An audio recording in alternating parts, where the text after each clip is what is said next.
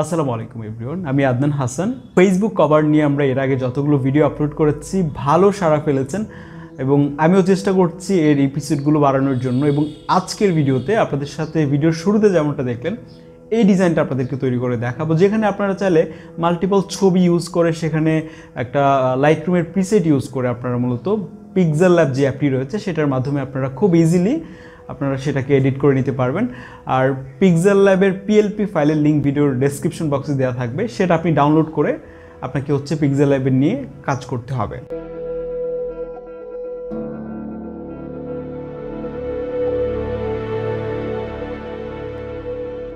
Alright, প্রথমে আপনাকে description বক্সে থাকা প্রথম লিঙ্কে ক্লিক করে আপনাকে এই ডিএনজি ফাইলটিকে ডাউনলোড করতে হবে। দেন সাথে আরেকটা ফাইল রয়েছে, সেটা হচ্ছে পিএলপি ফাইল। এটাকে আপনাকে এখান থেকে ডাউনলোড করে নিতে হবে। ডাউনলোড শেষ হওয়ার পর আপনাকে পিক্সেলল্যাব অ্যাপটিকে ওপেন করে এখান থেকে টেক্সটটা সরাতে হবে। নতুন নাম পিকচার এডিটর এটির, তো এই 3 ডট থেকে আপনাকে চলে যেতে হবে তারপর ইমেজ সাইজে। দেন এখানে ফেসবুক কভারটিকে সিলেক্ট না করে আমরা ইউটিউব ব্যানারটিকে সিলেক্ট করলাম এবং কেন সেটা দেখাচ্ছি পরে। এরপর আমাদেরকে এখানে ক্লিক করতে হবে, তারপর এখান থেকে কালার, তারপর এখান থেকে আমরা ব্ল্যাক অর হোয়াইট এই দুইটা কালার আমরা যে কোনো একটা সিলেক্ট করে নিতে পারি। দেন আবার ওই প্লাস আইকনে ক্লিক করে ফ্রম গ্যালারিতে যেতে হবে। তারপর আমাদের ছবিগুলোকে এক এক করে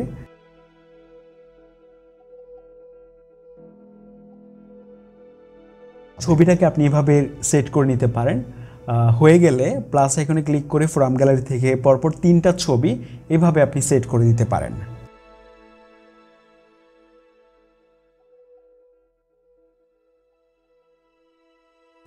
এরপর আমাদেরকে আবারও চলে যেতে হবে কাজটা শেষ হওয়ার পর এই প্লাস আইকনে ক্লিক করে দেন শেপ। এখান থেকে আপনাকে একটা হোয়াইট শেপ নিতে হবে এভাবে। এই শেপটাকে জেনারেট করে আমরা এই দিকটাতে সেট করে দিব। তারপর এখান থেকে রাইট বাটনে ক্লিক করে কপিতে ক্লিক করব। তারপর এটাকে আমরা নিচে সেট করে দিব ঠিক এইভাবে। আর আপনি যদি শেপের কালার চেঞ্জ করতে চান তাহলে আপনি শেপ অ্যাড করে নিচে আসলে আপনি এখানে কালারের অপশন পাবেন। এখান থেকে আপনি চাইলে ব্ল্যাক কালারও চুজ করতে পারেন।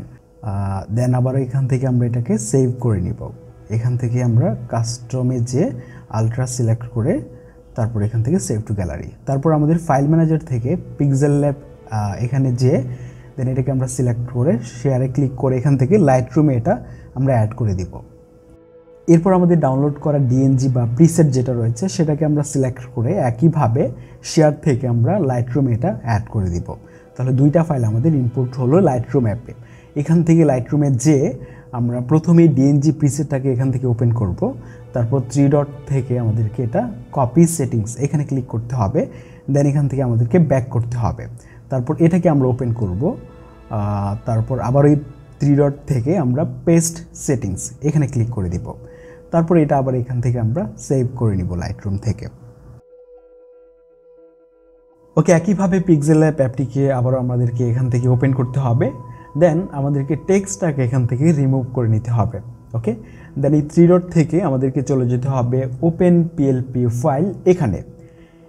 এখানে ক্লিক করার পর আবার ওই পিএলপি আইকন এখানে আমরা ক্লিক করব। দেন আমাদেরকে এখান থেকে ডাউনলোড সেকশনটা খুঁজে নিতে হবে, বা সেটাই ডাউনলোড সেকশনটাই ওপেন হতে পারে। নিচে আসলে আপনি পিএলপি ফাইলটা পাবেন, এটা আপনি এখান থেকে ওপেন করবেন। ওকে, তারপর এখানে ক্লিক করতে হবে আপনাকে। এখান থেকে ফ্রম গ্যালারি, তারপর লাইটরুম দিয়ে সেভ করা এইমাত্র এই ছবিটা আমাদেরকে এখানে ইম্পোর্ট করতে হবে, যেটা ব্যাকগ্রাউন্ডে থাকবে। ওকে, তারপর আমাদেরকে চলে যেতে হবে এই যে আইকন দেখতে পাচ্ছেন এখানে। দেন এখানে তন্ম খান দুইটা নামই আপনাকে রিনেম করতে হবে। টেক্সটগুলোকে রিনেম করার জন্য এই যে পাশে এই আইকনটা দেখতে পাচ্ছেন এখানে ক্লিক করতে হবে। তারপর পেন আইকন, তারপর এখান থেকে এই নামটাকে সরিয়ে আপনার নামটা এখানে বসিয়ে দিতে পারেন। আমি দিচ্ছি আহসান খান। ওকে,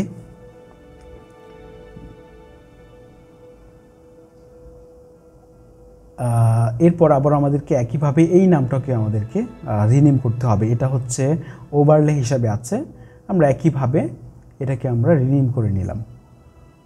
রিনেম করে তারপর নিচে আরও টেক্সট রয়েছে, সেগুলোকে আপনি চাইলে একইভাবে রিনেম করে নিতে পারেন। ওকে, সো এরপর আপনাকে এই টেক্সটটাকে আহসান খান যে টেক্সটটা রয়েছে উপরে, এটার নিচে আপনাকে বসিয়ে নিতে হবে ঠিক এইভাবে। ওকে ওকে, দেন এখান থেকে আপনাকে সেভ করে নিতে হবে আপনার এই ডিজাইনটিকে। তো টেস্টিং পারপাসে আমার আইডি দিয়ে যখন কভারটিকে সেট করলাম, দেখতে পাচ্ছেন এই সাইজ দেওয়ার কারণে কিন্তু পুরো কভারটা শো হচ্ছে। যদি আমরা ফেসবুক কভার সাইজটিকে দিয়ে আমরা ডিজাইনটা করতাম তাহলে কিন্তু পুরোটা শো হতো না।